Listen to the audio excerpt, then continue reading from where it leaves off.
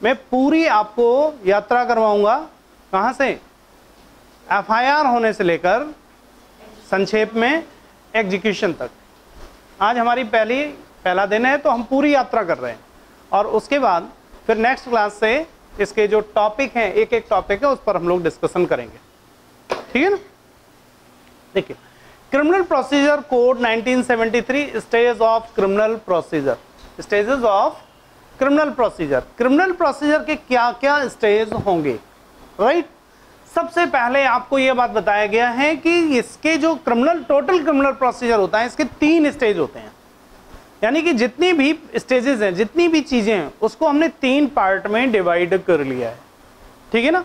First is the pre trial stage, second is the trial stage, and third is the post trial stage. अब ये जो trial stage की बात यहां पर की जा रही है आपसे, 3 स्टेजेस होंगे। ट्रायल स्टेज पर, सॉरी, प्री ट्रायल स्टेज पर जो बातें आएंगी वो क्या होगा, आप यहां पर एफआईआर होगी, आगे हम लोग अभी इसमें डिस्कस करेंगे, एनसीआर होगी, कंप्लेंट होगी,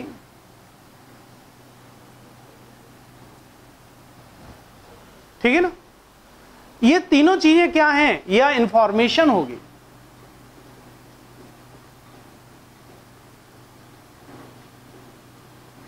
देखिए, क्लास थोड़ा सा फोकस करिएगा, आज का क्लास आपके लिए बहुत महत्वपूर्ण है, क्योंकि आप एक दिन में लगभग एक सीआरपीसी का लगभग आपको पता चल जाएगा, जो कि एक आम व्यक्ति जानता है उससे बेहतर पता चल जाएगा, ठीक है ना। जिन प्रश्नों के, जो प्रश्न आपके पूरी कंप्लीट सीआरपीसी पढ़ने के बाद अनुत्तरित रह जाते हैं, वो प्रश्न आज आपको उसके आंसर्स मिलेंगे, ठीक है ना। सबसे पहले मैंने आपको बताया प्री ट्रायल प्रोसेस है, इसमें क्या क्या हो रहा है, एफआईआर हो रही है, एनसीआर हो रही है, कंप्लेंट हो रही है और इंफॉर्मेशन हो रही है। ये 4 तरीके हैं जब क्रिमिनल प्रोसेस को सक्रिय किया जाता है, न्यायालय को सक्रिय किया जाता है। अपराध होगा, फर्स्ट ऑफ ऑल अपराध होने के बाद अपराध की सूचना दर्ज होगी, जब तक सूचना दर्ज नहीं होगी तब तक आगे कोई कार्यवाही नहीं हो सकती। अब ये सूचना दर्ज होने के बाद के लिए जो नाम इसमें दिए गए, कौन कौन सी सूचनाएं हैं, पहली एक एफआईआर होती है, जिसको आप फर्स्ट इंफॉर्मेशन रिपोर्ट कहते हैं, regarding cognizable offence. Second is the NCR होती है, जिसे आप नॉन कॉग्निजेबल रिपोर्ट कहते हैं, regarding the non cognizable offence, ठीक है ना। थर्ड इज द कंप्लेंट होती है, either of the cognizable offence और नॉन कॉग्निजेबल ऑफेंस, किसी की भी हो सकती है। फर्क इतना है कि ये दोनों ही पुलिस ऑफिसर के समक्ष होती हैं और ये मजिस्ट्रेट के समक्ष होती है। अगर पुलिस ऑफिसर आपकी शिकायत नहीं सुनता तो आप मजिस्ट्रेट के समक्ष जा सकते हैं। ध्यान रखिएगा, यहां पर एक और प्रोसेस मजिस्ट्रेट के समक्ष कंप्लेंट के अलावा जाने का है, वो है सेक्शन 156 सब क्लॉज 3, काफी पॉपुलर प्रोविजन है। 156(3) में एक प्रोसेस है जिसमें कि आप मजिस्ट्रेट से शिकायत करते हैं कि साहब मेरी एफआईआर नहीं लिखी जा रही है, और आप डायरेक्शन दीजिए पुलिस अथॉरिटीज को ताकि वो मेरी एफआईआर लिखकर इन्वेस्टिगेशन प्रारंभ कर दें। 156(3) की जब भी कार्रवाई होती है, मजिस्ट्रेट के सामने दोनों विकल्प रहते हैं, या तो इस तरफ मूव कर ले और या इसको कंप्लेंट के रूप में ट्रीट करके आगे बढ़ जाए, ठीक है ना।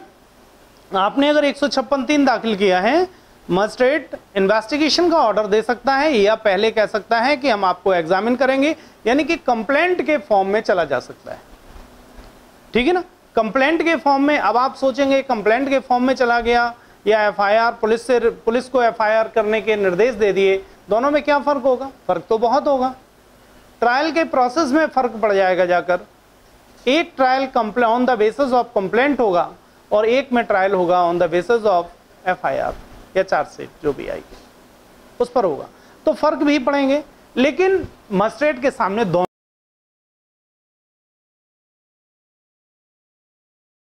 ही रास्ते ये खुले रहते हैं, आइदर कंप्लेंट चला जाए या अदर चला जाए 156(3) में, ठीक है ना।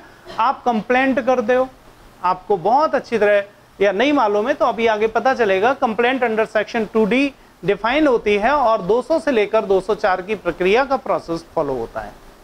ठीक है ना। अभी आगे चलकर इसका डिटेल शायद इसमें मिलना चाहिए, इन्होंने डाला होगा। देन आफ्टर एक इंफॉर्मेशन होती है। इंफॉर्मेशन मीन्स सिंपल सी बात यह है कि हमने इन्फॉर्म कर दिया, एक नागरिक के रूप में हमने पुलिस को बता दिया, एक आपने सूचना दर्ज की, आपने 112 नंबर होता है, 112 नंबर डायल किया, आपने सूचना दी यहाँ पर ये अपराध हुआ, कौन बोल रहे हैं, कहाँ से बोल रहे हैं, बता दिया, ये बोल रहे हैं, और फिर उसके बाद हम सामने नहीं आए। पुलिस आती है, अपना काम करती है, देखती है कोई अपराध हुआ है, फिर किसी व्यक्ति को सूचनादाता बनाकर वो अपनी एफआईआर दर्ज करती है, व्हाटएवर जो कुछ भी काम करना हो। तो ये एक इन्फॉर्मेशन होती है। ये इन्फॉर्मेशन पुलिस को भी दी जा सकती है और ये इन्फॉर्मेशन मजिस्ट्रेट को भी दी जा सकती है। ठीक है ना। कुल मिलाकर इस दंड प्रक्रिया संहिता को सक्रिय करने के रास्ते आपके पास कितने हैं? 4। ठीक है ना। जब अपराध हो जाएगा तो अपराध होने के बाद आप इस प्रोसेस को चालू करने के लिए 4 रास्ते हैं जिन पर आप बढ़ सकते हैं। ठीक है ना। पहला रास्ता क्या हो गया? एफआईआर, दूसरा एनसीआर, तीसरा इंफॉर्मेशन। ठीक है ना। और साथ में 156(3) भी, राइट। 156(3) तभी आएगी जब आप एफआईआर में जाएंगे, वहां फ्रस्ट्रेट हो जाएंगे, तभी 156(3) आएगी। उसके पहले 156(3) नहीं आएगी। आपको वहां एप्लीकेशन में ड्रॉ करना पड़ता है, ये लिखना पड़ता है कि अथॉरिटी ने मेरी बात को या मैंने जो सूचना दी उस पर कोई कार्रवाई नहीं की, और इसके बाद जो एसओ है उसने तो की नहीं, उसके बाद तो मैंने सुपरिटेंडेंट ऑफ पुलिस को भी रजिस्टर्ड पोस्ट से भेजा, लेकिन उन्होंने भी कुछ भी नहीं सुना। दैट्स वाई हम न्यायालय के समक्ष आए हैं। ठीक है ना। तो एफआईआर जब आप उसमें फेल्योर हो जाते हो, असफल हो जाते हो, तभी 156(3) का प्रोसेस आता है। तो ये 4 तरीके हैं आपकी कार्रवाई को आगे स्टार्ट करवाने के, राइट। कार्रवाई स्टार्ट हो जाएगी। स्टार्ट होने के बाद जब भी एफआईआर होगा, एनसीआर होगा, सबके अलग अलग प्रोसेस हैं। कुल मिलाकर इन्वेस्टिगेशन होगा, ठीक है ना, या इंक्वायरी होगी। इन 2 में से एक कार्य होगा। पुलिस ऑफिसर जब कभी भी है, जब भी आपकी एफआईआर दर्ज होगी तो इन्वेस्टिगेशन करेगा। अदर देन पुलिस ऑफिसर को अथॉरिटी अगर कोई जांच करेगी तो उसको इंक्वायरी कहेंगे हम लोग। ठीक है ना। इंक्वायरी कभी भी सीआरपीसी में इंक्वायरी शब्द पुलिस ऑफिसर के लिए नहीं आता। ठीक है ना। अदर देन पुलिस ऑफिसर, तो पुलिस ऑफिसर इन्वेस्टिगेशन करेगा या इंक्वायरी आएगी। इंक्वायरी के बाद रिपोर्ट आती है, सिंपल सा इंक्वायरी रिपोर्ट कह देते हैं। और ये जो इन्वेस्टिगेशन आती है, इन्वेस्टिगेशन के बाद 2 चीजें आती हैं, आइदर चार्जशीट और फाइनल रिपोर्ट। फाइनल रिपोर्ट को हम क्लोजर रिपोर्ट भी कहते हैं। ठीक है ना। तो या तो चार्जशीट आती है या फाइनल रिपोर्ट आती है। फाइनल रिपोर्ट एक स्लैंग यूज है, ठीक है ना, एक गलत प्रक्रिया है जिसको हम लोग प्रयोग करते रहते हैं। सही प्रक्रिया क्लोजर रिपोर्ट है, राइट। तो क्लोजर रिपोर्ट आती है, चार्जशीट आती है या फाइनल रिपोर्ट अगर आती है तो एक तरीके से पुलिस ऑफिसर प्रेयर करता है कोर्ट से कि कोई भी अपराध बनता नजर नहीं आता या सफिशिएंट एविडेंस नहीं है, कुल मिलाकर केस को क्लोज कर दिया जाए। That's why it is the closure report. और जब चार्जशीट आती है तो कहते हैं, पुलिस ऑफिसर कहता है, कोर्ट से अपनी रिपोर्ट लगाता है, कहता है कि मेरे पास सफिशिएंट एविडेंस है इस मामले में चार्ज कंटिन्यू करने के, आप इसमें चार्ज फ्रेम करें। तो चार्ज फ्रेम करने की प्रेयर करते हुए वो एक चार्जशीट प्रोड्यूस कर देता है। ठीक है ना। चार्जशीट जब आ जाएगी तो चार्जशीट आने के बाद मजिस्ट्रेट का काम होता है इस पर कॉग्निजेंस लेना। ठीक है ना।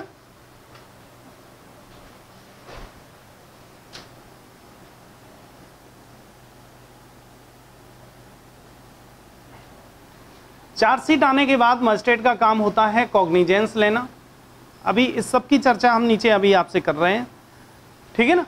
कॉग्निजेंस लेंगे और कॉग्निजेंस लेने के बाद मामला अगर बनता है तो ठीक है, 204 का प्रोसेस इशू करेंगे और प्रोसेस इशू करने के बाद आगे इंक्वायरी करेंगे और इंक्वायरी करने के बाद अगर जरूरत है तो चार्ज फ्रेम करेंगे। चार्ज फ्रेम करने तक का जो प्रोसेस है वो प्री ट्रायल प्रोसेस है, ठीक है ना। चार्ज फ्रेम करने तक जो कुछ भी होगा वो all are the pre trial process. Charge frame हो गया तो ट्रायल शुरू हो गया, ठीक है ना। अब आप ट्रायल स्टेज पर आएंगे, प्रोसिक्यूशन एविडेंस होगा, डिफेंस एविडेंस होगा और एग्जामिनेशन ऑफ विटनेस होंगे और फाइनली इसको कंक्लूड कर देंगे, ठीक है। कई स्टेजेस इसमें भी हैं, डिटेल में आएंगे तो डिस्कस करेंगे। फाइनली दोनों लोगों के एविडेंस को लेने के बाद कंक्लूड कर देंगे, निष्कर्ष निकालेंगे, ठीक है ना। और जब ये निष्कर्ष हम निकाल लेंगे तो आइदर एक्विटल होगा और कन्विक्शन होगा। अगर एक्विटल हो गया तो दंड के प्रश्न पर सुनवाई नहीं होगी, और कन्विक्शन हो गया तो on the question of punishment न्यायालय सुनेगा और आपको पनिशमेंट दे देगा। ट्रायल कोर्ट का काम यहां से समाप्त हो जाएगा, ठीक है ना। ट्रायल कोर्ट का काम समाप्त होने के बाद अब पोस्ट ट्रायल प्रोसेस आएगा। पोस्ट ट्रायल प्रोसेस में 3 चीजें आती हैं। अपील होगी या रिवीजन होगा, और अपील और रिवीजन दोनों होने के बाद क्या होगा, एग्जीक्यूशन होगा।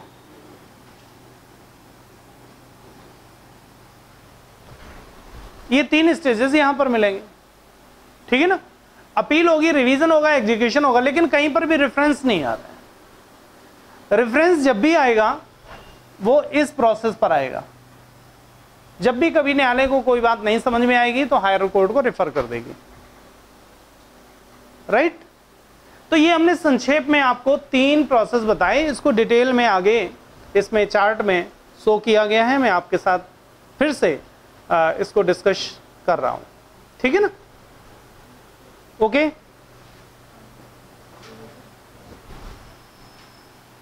अब पहला स्टेज आ रहा है commission of an offence, part A, pre trial stage.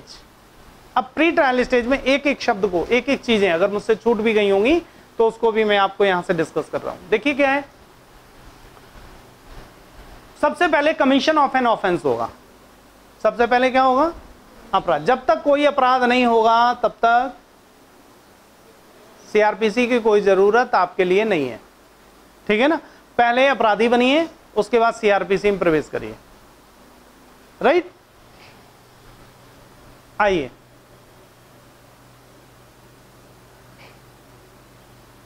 हाँ, अपराधी बन मत जाइएगा, एज ए एडवोकेट भी प्रवेश कर सकते हैं, ठीक है। एज ए स्टूडेंट भी प्रवेश कर सकते हैं, समझ सकते हैं, हम लोग पढ़ सकते हैं, लेकिन प्रक्रिया फॉलो अपराध होने के बाद होगी। सबसे पहले कमीशन ऑफ एन ऑफेंस होगा। अब अपराध हो गया, एक अपराध किया गया। ये अपराध 2 प्रकार का हो सकता है, आइदर द कॉग्निजेबल और नॉन कॉग्निजेबल। ये अपराध संज्ञेय हो सकता है और ये अपराध असंज्ञेय हो सकता है, दोनों में से किसी प्रकार का हो सकता है।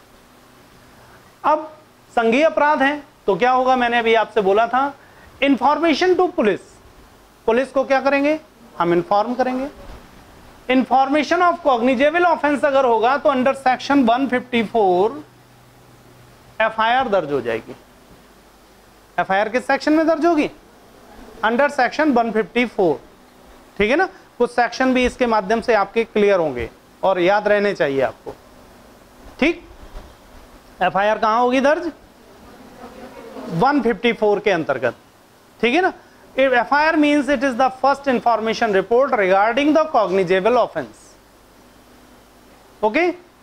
आइए, अगर ये नॉन कॉग्निजेबल ऑफेंस होगा तो एनसीआर दर्ज होगी किस सेक्शन में, 155 में। अंडर सेक्शन 155 एनसीआर दर्ज होगी, किसके समक्ष होगी, पुलिस ऑफिसर के समक्ष, ठीक है ना। तो पुलिस ऑफिसर के समक्ष ये 2 चीजें चली गई। अब इसके बाद क्या होगा, आगे बढ़ते हैं, आगे आते हैं। इसके बाद दूसरा जो इसका स्तर है वो है कंप्लेंट टू मजिस्ट्रेट। अब अगर पुलिस ऑफिसर के समक्ष हमने इंफॉर्मेशन दर्ज करवाई या नहीं करवा पाए, कोई दूसरा अपराध है, तो फिर हम दूसरा हमारा एक तरीका ये है कि हम अपराध का कंप्लेंट कर सकते हैं। देखिए इसमें दर्शाया गया है कि जो कंप्लेंट होगी वो as define under section 2D। 2D तो सिर्फ इतना बताती है कंप्लेंट होती क्या चीज है, ठीक है ना। लेकिन ये हमेशा ध्यान रखना, कंप्लेंट जो दर्ज होगी वो अंडर सेक्शन 200 दर्ज होगी। कहां होगी? 200 में दर्ज हो जाएगी। 200 में संक्षेप में प्रक्रिया में आपके साथ डिस्कस कर रहा हूं, जब जो कंप्लेनेंट होगा उसका मजिस्ट्रेट एविडेंस लेगा, उसका साक्ष्य रिकॉर्ड करेगा, और उसके साथ में आए हुए कोई दूसरे साक्षी होंगे तो उनका साक्ष्य रिकॉर्ड कर लेगा। और साक्ष्य रिकॉर्ड करने के बाद मजिस्ट्रेट को ये डिसाइड करना होता है कि आगे हमें क्या करना है। अगर मजिस्ट्रेट को लगता है कि इसमें अभी कुछ और इन्वेस्टिगेशन की ज़रूरत है तो 202 का प्रोसेस इशू करता है। यहाँ पर 202 लिखा नहीं गया है, एक 202 का process for the purpose of investigation issue करता है, ठीक है ना। पुलिस से इन्वेस्टिगेशन करवा लेता है। इन्वेस्टिगेशन करने के बाद पुलिस उसके पास रिपोर्ट दे देती है। वो रिपोर्ट को देखने के बाद अगर उसको लगता है कि मामला क्लोज किया जाना चाहिए, आगे कंटिन्यू नहीं रखना चाहिए, तो 203 में मामले को क्लोज कर देता है, ठीक है ना। कौन करेगा? मजिस्ट्रेट। मजिस्ट्रेट 203 में मामले को क्लोज कर देता है, और अगर क्लोज नहीं करता तो वो 204 में प्रोसेस इशू करता है। क्या करेगा? Issue the process under section 204। कब होगा? अगर प्रबाद जो दर्ज किया गया है वो 203 में खारिज नहीं हुई है तो। अगर खारिज हो गई तो प्रोसेस इशू करने की जरूरत नहीं। प्रोसेस किसके लिए इशू करेगा? अभियुक्त के लिए, ठीक है ना। अर्थात प्रोसेस में क्या करेगा? इशू द सम्मन और वारंट। किसके लिए? To appear before court. किसको? एक्यूज्ड को, ठीक है ना।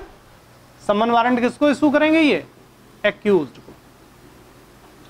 क्यों करेंगे? कि आपके विरुद्ध ये आरोप लगाया गया है, आइए न्यायालय में और अपना जवाब दाखिल करिए, राइट।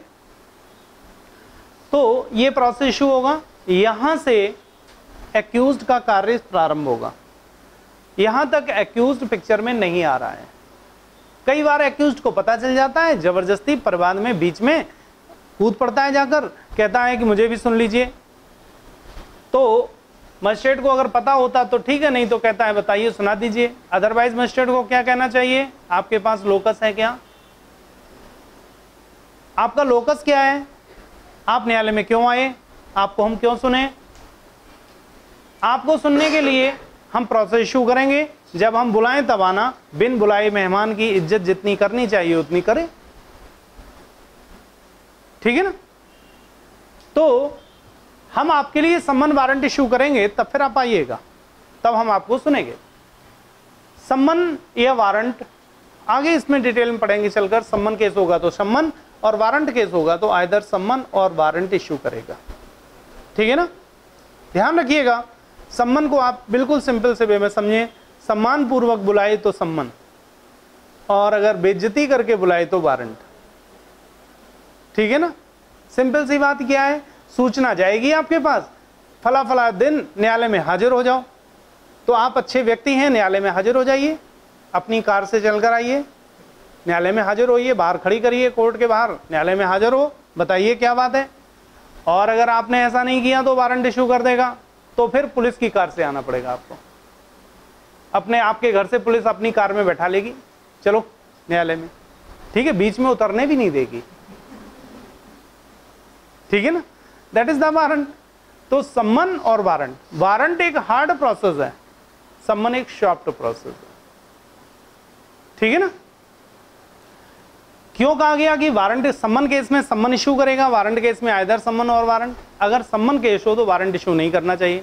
जबरदस्ती व्यक्ति की इज्जत का फालूदा आप क्यों उतरवाओगे, ठीक है ना।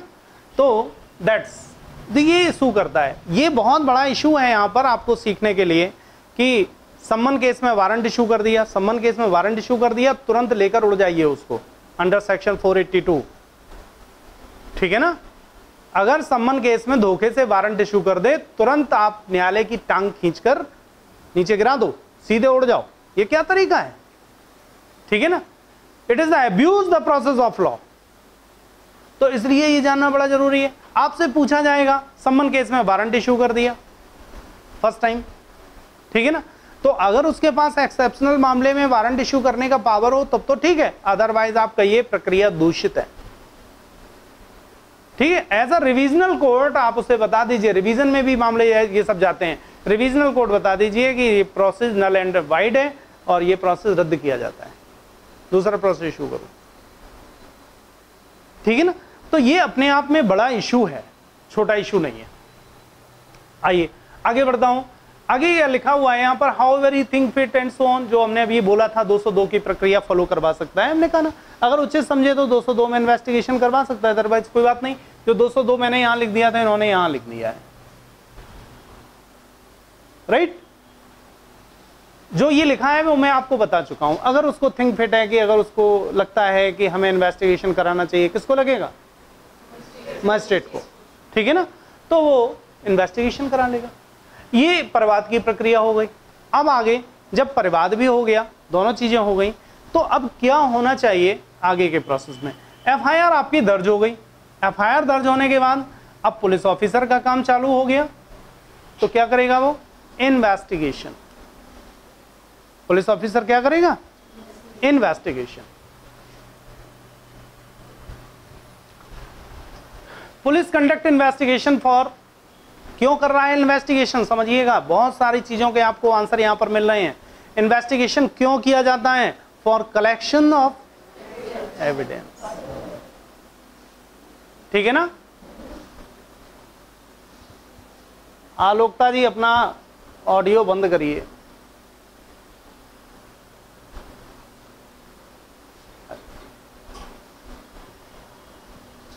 हो गया? हाँ अब ठीक है, अब ठीक है।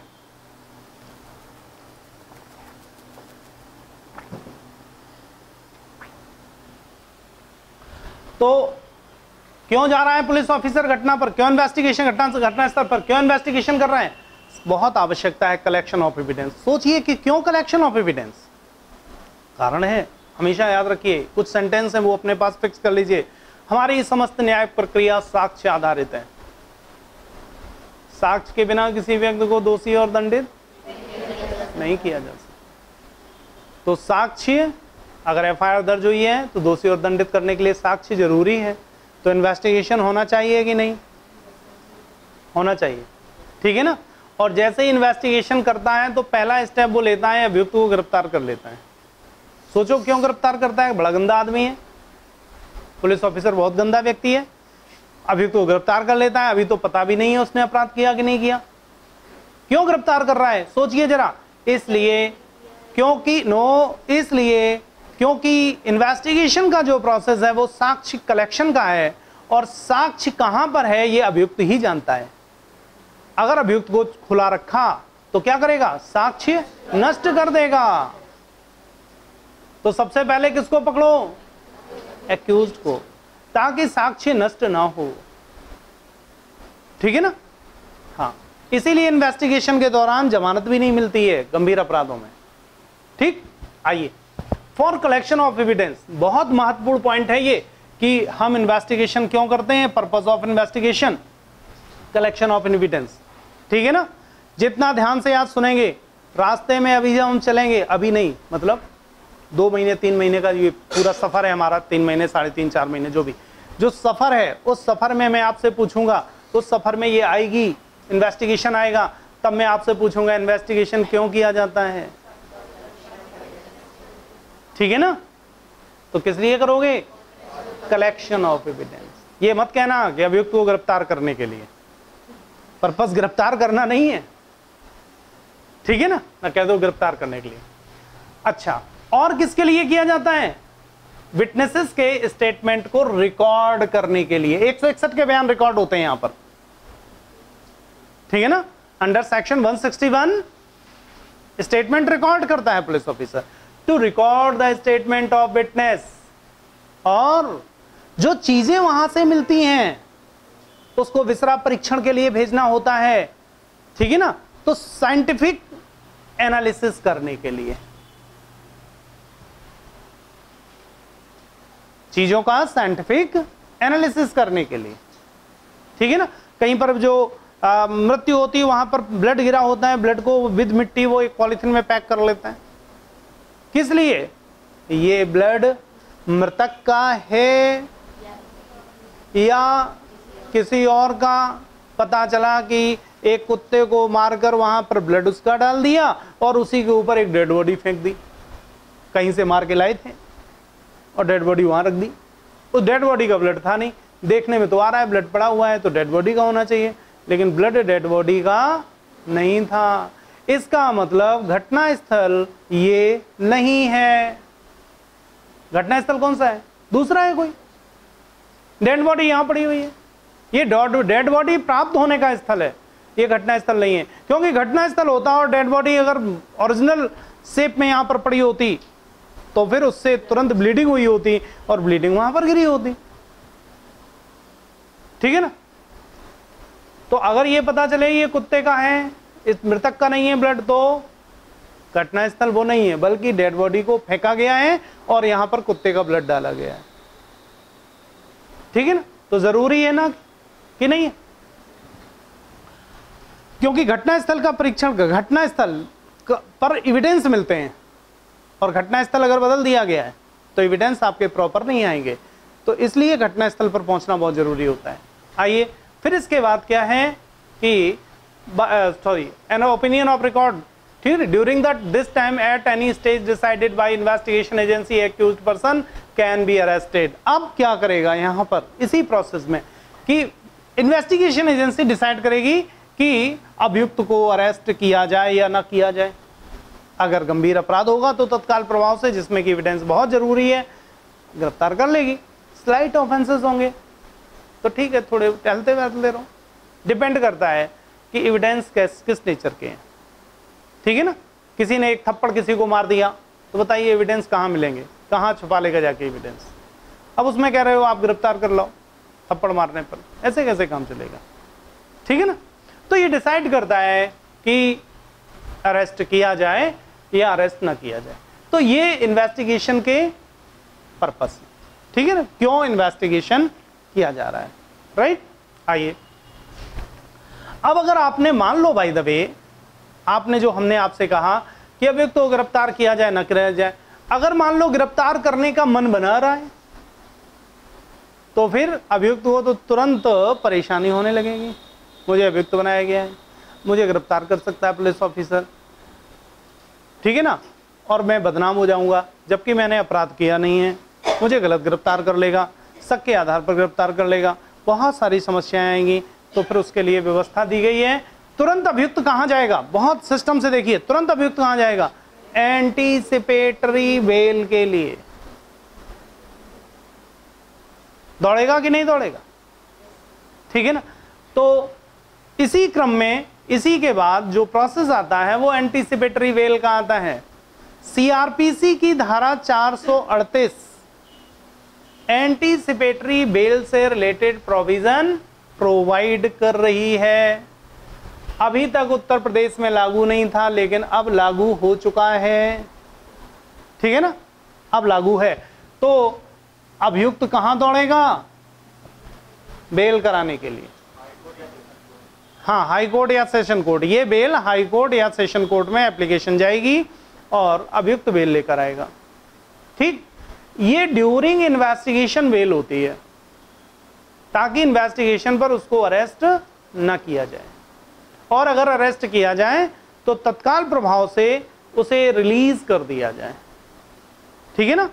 एंटीसिपेटरी बेल का मतलब ही यही होता है। एंटीसिपेटरी बेल अगर आपको ऑर्डर मिल भी गया है तो इसका मतलब ये नहीं है कि पुलिस ऑफिसर अरेस्ट नहीं करेगा, पुलिस ऑफिसर अरेस्ट तो करेगा, लेकिन आप एंटीसिपेटरी बेल ऑर्डर दिखा देंगे तो उसमें क्या होगा? इसका मतलब यह है कि पुलिस ऑफिसर आपको बेल बॉन्ड पर छोड़ देगा।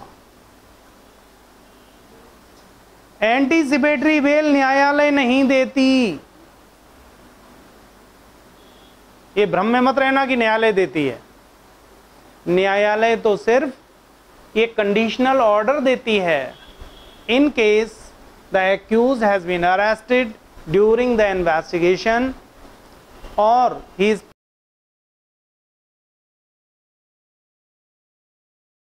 Prepare to give the bail bond, तो उसको क्या किया जाए, अथॉरिटी रिलीज कर दे। ये डायरेक्शन देती है कोर्ट एंटीसिपेटरी बेल में। तो बेल कौन देता है, पुलिस अथॉरिटी, ठीक है ना। कभी पूछ लिया जाए एंटीसिपेटरी बेल कौन देगा, न्यायालय, नो। न्यायालय तो सिर्फ एंटीसिपेटरी बेल का कंडीशनल डायरेक्शन देती है, ठीक है ना। और अगर वो डायरेक्शन एक्यूज फुलफिल नहीं करता तो न्यायालय उस आदेश होने के बाद भी, वो जो पुलिस ऑफिसर है उस निर्देश होने के बाद भी आपको अरेस्ट करके ले जाएगा, ठीक है ना। तो ध्यान रखिएगा। तो सेक्शन 438। अब इसके बाद अगर आप 438 ले आए तो ठीक है, नहीं ले आए, जरूरत पड़ी तो आपको अरेस्ट किया जा सकता है। तो प्रोसेस होता है अरेस्ट ऑफ द एक्यूज्ड, ठीक है। इन्वेस्टिगेशन प्रोसेस अभी चल रहा है। अब देखिए अरेस्ट कब करेंगे, 2 पॉइंट्स आपको दिए गए। In case of cognizable offence police can arrest the, या police may arrest the accused without warrant. Accused को वारंट की जरूरत नहीं पड़ेगी कॉग्निजेबल ऑफेंसेस में कि पहले अरेस्ट वारंट इशू करवाएं और उसके बाद आपको अरेस्ट करें। आप जहां पर मिलोगे वहां पर आपको अरेस्ट कर सकती है, ठीक है ना। But in case of non cognizable offence arrest करने की अगर आवश्यकता पड़ती है तो अरेस्ट से पहले उसे वारंट लेना पड़ेगा, ठीक है ना। लेकिन कॉग्निजेबल ऑफेंस में वारंट की जरूरत नहीं है। अब कॉग्निजेबल ऑफेंस में भी आप लोग जब अंदर पढ़ेंगे चलकर, those offences which are punishable with the LI death और मोर देन 7 ईयर, 7 ईयर का पैरामीटर दे दिया गया है। 7 वर्ष से कम, 7 वर्ष से अधिक, ऐसे अपराध जो 7 वर्ष या उससे 7 वर्ष से अधिक दंड से दंडनीय है, उसमें पुलिस ऑफिसर आपको अरेस्ट कर लेता है। और 7 वर्ष से कम जो दंड से दंडनीय है उसमें पुलिस ऑफिसर अगर चाहे तो अरेस्ट कर सकता है। अगर अरेस्ट आपको करता है या नहीं करता है, दोनों ही स्थिति में उसे कारण देने होते हैं कि हमने क्यों अरेस्ट नहीं किया और क्यों अरेस्ट किया, ठीक है ना। तो जब भी कभी 7 वर्ष से कम दंड से दंडनीय अपराध का अभियोग लगा हो तो बहुत परेशान होने की जरूरत नहीं है। पुलिस ऑफिसर को के साथ लाइजनिंग रखने की जरूरत है, ठीक है ना। ठीक, पुलिस ऑफिसर के विवेक को सही रखने की जरूरत है। उसका विवेक ठीक रहा तो आपको अरेस्ट नहीं करेगा, ठीक। आइए इसके बाद आगे हम लोग पढ़ेंगे। अगर आपको अरेस्ट कर लिया गया यहां पर तो आगे का प्रोसेस चलेगा production of accused to magistrate. जैसे ही आपको अरेस्ट पुलिस ऑफिसर ने किया तो तुरंत अभियुक्त को कहां ले जाना पड़ेगा, मजिस्ट्रेट के समक्ष। आप जब मजिस्ट्रेट बन जाएंगे तो आप लोगों की रिमांड ड्यूटी लगा करेगी, छुट्टी में, दीपावली कोर्ट में, ठीक है ना। स्पेशल ड्यूटी है ये, ठीक, रिमांड ड्यूटी, राइट। तो सेक्शन इसीलिए होती है, पता नहीं अभियुक्त किस समय गिरफ्तार कर लिया जाए, एन दीपावली के दिए जल रहे हो तभी गिरफ्तार कर लिया जाए तो, ठीक है ना। तो उसको रिमांड पर देना पड़ेगा आपको, ठीक है, या उसको रिलीज करना पड़ेगा, वो बेल एप्लीकेशन लेकर आएगा। तो production of accuse to the या बिफोर मजिस्ट्रेट, पुलिस ऑफिसर जब एक्यूज को अरेस्ट करेगी तो उसे विद इन 24 आवर्स कहां प्रोड्यूस करेगी, मजिस्ट्रेट के साथ, ठीक है ना। ये प्रोसेस आपको 167 में पढ़ने को मिलता है, कई जगह पढ़ने को मिलता है, एक 167 नहीं, इन्वेस्टिगेशन में मैंने 167 कह दिया। जहां पर अरेस्ट प्रोसीजर प्रोसेस पढ़ते हो वहां पर एक सेक्शन आती है, आई थिंक सेक्शन 57, हाँ जी 57, सेक्शन 57 आती है, वहां पर भी ये पढ़ने को मिलेगा। और भी कुछ ऐसे प्रोसेस होंगे वहां पढ़ने को मिलेगा। संविधान के article person shall be deprived with their life और पर्सनल लिबर्टी। पर्सनल लिबर्टी से तो 21 में आप डिप्राइव कर रहे हो, गिरफ्तार करके पर्सनल लिबर्टी से डिप्राइव करते हो कि नहीं करते हो, वो तो आप 21 में कर रहे हो और मजिस्ट्रेट के समक्ष 20 में प्रोड्यूस कर दोगे, तो पहले अरेस्ट तो करो, तब तो मजिस्ट्रेट को समझ ले जाओगे। देन 22, ठीक है ना। तो 22 में, आर्टिकल 22 में भी आप इसको डिस्कस करेंगे, नॉट 20। ओके, और भी ऐसे प्रोविजन मिलेंगे जहां पर कुल मिलाकर एक फंडा याद रखिए, ऑलवेज कभी भी किसी व्यक्ति को गिरफ्तार करिए, आपको तो गिरफ्तारी नहीं करना, आपको तो रिमांड करना है, ठीक है ना। कभी भी पुलिस ऑफिसर किसी व्यक्ति को गिरफ्तार करेगा तो at the time of the arrest 24 within 24 hour उसे कहां लाना पड़ेगा, मजिस्ट्रेट के समक्ष, ठीक है ना, अपीयर कराना पड़ेगा। तो ये कार्य यहां पर होगा। तो इन्वेस्टिगेशन के प्रोसेस से आपने गिरफ्तार किया तो 167 में, अदरवाइज अरेस्ट किया तो 57 में। संविधान ये कहता है कि ध्यान रखना ये दोनों प्रावधान इसके अकॉर्डिंग टू हैं या नहीं है। अगर हैं तो हमने अभी आपसे कहा था कि आपका जो सीआरपीसी है वो कैसा है, जस्ट, फेयर और रीजनेबल। कभी कोई पूछ दे आपका सीआरपीसी जस्ट, फेयर और रीजनेबल है, जरा बताइए, कोई प्रावधान बता दीजिए सीआरपीसी का ऐसा जिससे पता चलता हो जस्ट, फेयर और रीजनेबल है, अकॉर्डिंग विद कॉन्स्टिट्यूशन है। ये तो नजर ही आ रहा है, और भी होंगे, हो सकता है आपसे पूछने वाला सेटिस्फाइड ना हो, कुछ और पूछना चाहे। हमारा यहाँ से संपर्क है, हम यहाँ की बात अभी कर रहे हैं, आगे आगे बात आ गई तो आगे ही भी बात करेंगे, और क्या है और क्या है और क्या है। नाउ आइए, इसके बाद अब जब ये production of accuse to magistrate हो गया तो अब क्या होगा, मैंने आपसे कहा था कि आपकी रिमांड ड्यूटी लगेगी। जब मजिस्ट्रेट के सामने आपने प्रोड्यूस किया उसको तो वो क्या करेगा, बेल एप्लीकेशन देगा, श्रीमान जी मुझे छोड़ दो, ये गलत पकड़ के लाए हैं, हम तो अपने घर जा रहे थे, ऑफिस से घर जा रहे थे, रास्ते में इन्होंने पकड़ लिया, ये कोई तरीका है पकड़ने का, ठीक है, मुझे छोड़ दो, मैंने कोई अपराध नहीं किया। पुलिस ऑफिसर कहेगा नहीं श्रीमान जी, इनके ऊपर बहुत बड़े अभियोग लगे हुए हैं, ये ऑफिस से नहीं आ रहे थे, ये अपराध करके आ रहे थे, फला फला अपराध, हमारे पास ये देखिए ये इनके बारे में इंफॉर्मेशन है, हमने इनके बारे में ये पता किया। अच्छा ठीक है, तो पुलिस ऑफिस जो मजिस्ट्रेट आपका होगा वो मजिस्ट्रेट आप यहाँ पर बैठेंगे तो पुलिस ऑफिसर बताएगा देखिए ये चीज़ मिली, ये चीज़ मिली, इतना इनके जेब से पता चला, इन्होंने एक बहुत बड़ी जगह डकैती की थी, वहाँ से लौट रहे थे, ये गलत कह रहे हैं, ऑफिस से आ रहे थे।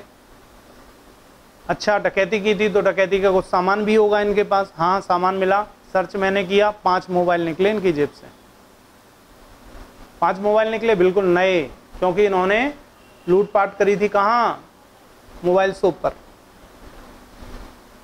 बरामदगी हुई साहब, ये देखिए ये रखे हुए हैं, ठीक है रिमांड पर ले जाओ उनको। कितने दिन की रिमांड चाहिए, बोले इन्हें साहब इतने दिन का, हमें 5 दिन 6 दिन 7 दिन, ठीक है ले जाइए, ऑर्डर हो गया रिमांड का, ले जाइए, पूछिए इनसे और शेष मोबाइल कहाँ हैं और कितने लोग लिपते हैं, ठीक है ना। अब पता चला कुछ भी नहीं निकला, वो कह रहा हम साइकिल से आ रहे थे साहब, हमें इन्होंने जबरदस्ती पकड़ लिया, पूछा कैसे आ रहे थे, कुछ निकला नहीं, कुछ इनसे बरामदगी हुई नहीं हुई, तो क्यों परेशान कर रहे हो इनको, जाओ रिलीज, छोड़ दिया, ठीक है ना। जब जब ये बुलाएं तो इनसे मिलते जुलते रहना, हाँ ठीक है साहब मिलेंगे, पुलिस ऑफिसर से दुआ सलाम करते रहना, करते रहेंगे, तो जाओ, ठीक है ना। तो यहां से आपका ये प्रोसेस आता है remand. Whenever an accused is arrested for any offence and police can not complete investigation within 24 hours, ठीक है। कब आप लेकर आएंगे रिमांड के लिए, जब 24 आवर में आपका कंप्लीट नहीं होगा। Then such person is produced before a magistrate for seeking extension of police और मजिस्ट्रेटियल कस्टडी, ठीक है ना। तो मजिस्ट्रेट कस्टडी या पुलिस कस्टडी या रिमांड, उसके बेल के लिए यहाँ पर प्रोसेस होगा, that is the remand. Remand भी सेक्शन 167 में ही होता है, ठीक है ना। कहाँ होगा, 167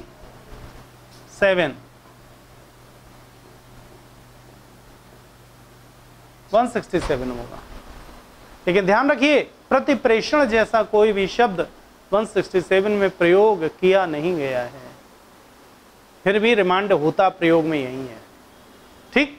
आगे चलकर चर्चा होगी इस विषय पर। आइए इसके बाद after investigation is completed, investigation complete हो गया, अब क्या आएगी, आइदर चार्जशीट और फाइनल रिपोर्ट, ठीक है ना। चार्जशीट आ गई या फाइनल रिपोर्ट आ गई, इसकी चर्चा अभी हमने कर ली थी आपसे इन्वेस्टिगेशन कंप्लीट होने के बाद। नाउ इसके बाद जब इन्वेस्टिगेशन चार्जशीट आपकी आ गई या फाइनल रिपोर्ट आ गई, कुछ भी वटेवर, देन इशू आएगा। चार्जशीट के बाद इशू आता है कॉग्निजेंस का अंडर सेक्शन 190। अब ये मजिस्ट्रेट काम करना शुरू कर देता है। यहां पर कॉग्निजेंस का मतलब होता है अपने न्यायिक मस्तिष्क का प्रयोग करना, ठीक है ना, जुडिशियल माइंड का प्रयोग करना। यहां पर लिखा गया in the course in the language of the course in case of RR Chari versus state of supreme court, ठीक है ना। क्या लिखा गया? Taking cognizance does not involve any formal action और indeed action of any kind but occurs as soon as magistrate as such applies his mind to the suspected commission of offense। क्या करेगा? Magistrate अपने दिमाग का प्रयोग करेगा अपराध के होने पर, ठीक है ना। To apply the judicial mind, कौन सा माइंड प्रयोग करेगा magistrate? Judicial mind, normal mind प्रयोग नहीं करेगा। और ये जुडिशियल माइंड किसके पास होता है? मजिस्ट्रेट के, पुलिस के पास नहीं होता, ठीक है ना। तो उसका प्रयोग करेगा, तो that is the cognizance under section 190 होगा और करेगा। ध्यान रखिएगा कॉग्निजेंस किस किस पर होता है? कॉग्निजेंस ऑन कंप्लेंट होता है, कॉग्निजेंस ऑन FIR होता है यानी कि पुलिस रिपोर्ट होता है, और कॉग्निजेंस ऑन इंफॉर्मेशन होता है। इन तीनों चीजों पर अंडर सेक्शन 190 कॉग्निजेंस होता है। 190(1) ABC, ठीक है ना। ए में क्या होगा? 1901A कंप्लेंट, 1901B FIR यानी कि sorry police report, not FIR, police report. 190 information, ठीक है ना। तो कॉग्निजेंस किस पर होगा? पुलिस रिपोर्ट पर, नेवर FIR कभी मत कहिएगा। किस पर होगा? या तो कंप्लेंट पर होगा या पुलिस रिपोर्ट पर होगा या इंफॉर्मेशन पर, राइट। कौन करेगा? Competent magistrate,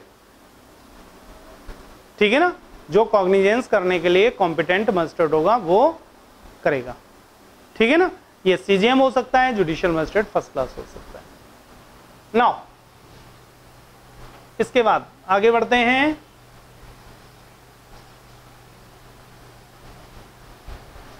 service of summon and warrant to accused and process to compel appearance under chapter 6 of CRPC, ठीक। The court send summon to accused appearance in the court on the due date। अभी मैंने chapter 6 बोला था आपको section 204। 204 में क्या होगा? Either सम्मन और वारंट इशू होगा, दैट इज, ठीक है ना। तो सम्मन और वारंट इशू होगा 204 के अंदर। ये कहां आ जाएगा? 204 एंड चैप्टर 6 सेम, ठीक है ना। चैप्टर 6 जो होगा वो 204 से लेकर 210 तक चलेगा, 204 से 210 तक चैप्टर 6 चलेगा, ठीक है ना। तो सम्मन और वारंट कहां इशू होगा? 204 में प्रोसेस इशू होगा, राइट। हाँ, आगे बढ़ते हैं।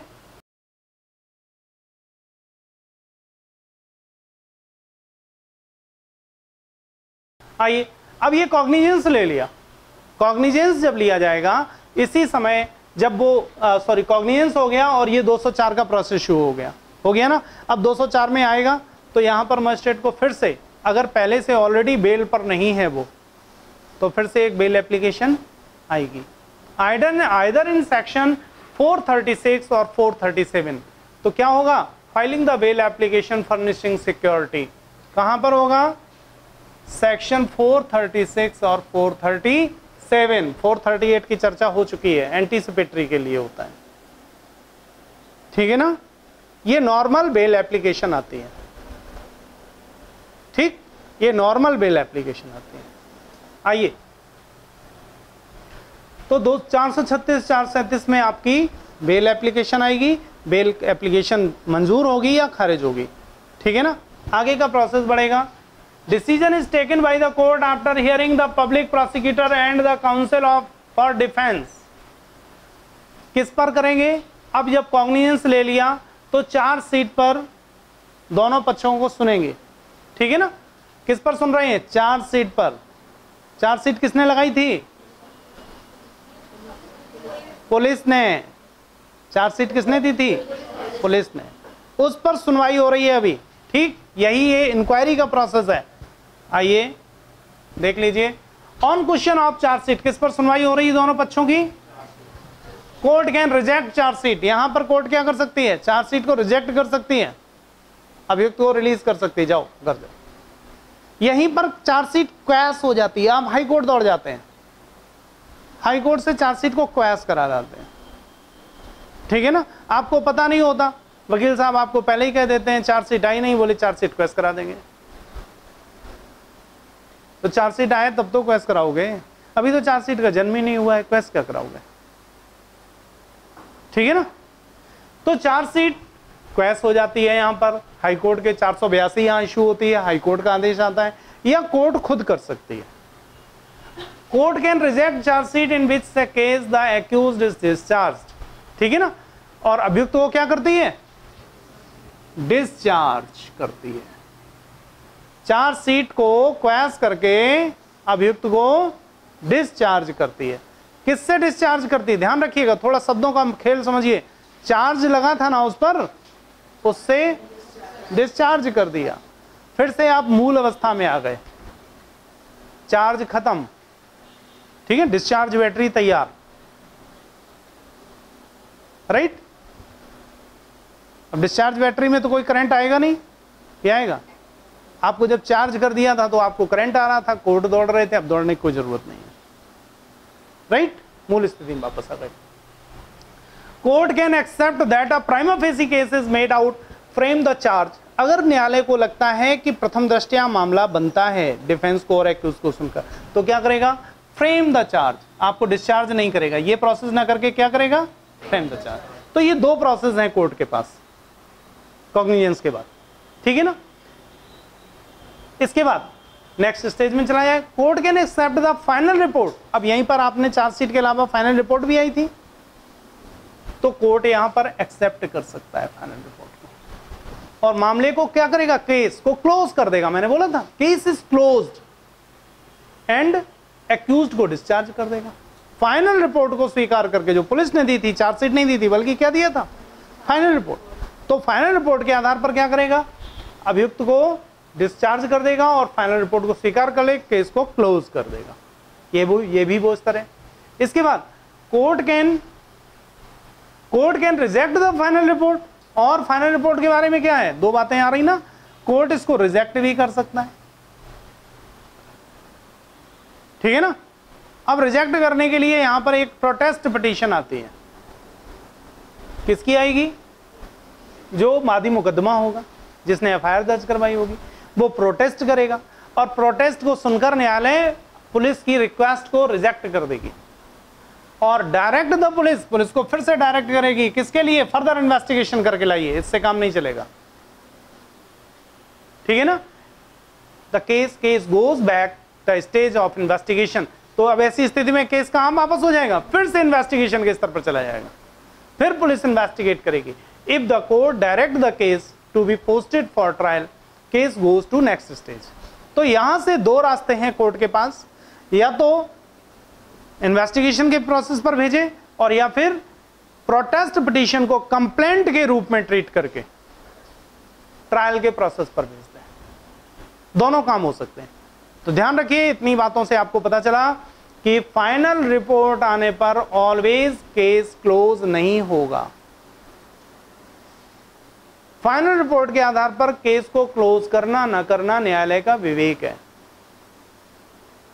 किस आधार पर क्लोजर रिपोर्ट आई है उसको देखते हुए प्रोटेस्ट पिटीशन को सुनकर न्यायालय केस को क्लोज कर सकता है, अभियुक्त को डिस्चार्ज कर सकता है, और या फिर आगे किसके लिए भेज सकता है? नेक्स्ट स्टेज, ट्रायल स्टेज के लिए भेज सकता है, ठीक है ना। इतना प्रोसेस इंक्वायरी में यहां पर होता है, और then after framing of charge का प्रोसेस आता है। तो आप डालिए समरी में, जो आप कर रहे हैं वो आप करें फ्रेमिंग ऑफ चार्ज, ठीक है ना। हम लोग लगभग इन्वेस्टिगेशन कंप्लीट कर चुके हैं, प्री ट्रायल प्रोसेस को लगभग ख़त्म कर चुके हैं, अब हम लोग ट्रायल प्रोसेस पर आ रहे हैं, ठीक है ना। तो फ्रेमिंग ऑफ चार्ज आप यहाँ पर हेडिंग डाल दें और हेडिंग डालकर जो आपने आज पढ़ा है इसको तैयार रखिए और शेष नेक्स्ट क्लास का वेट करिए।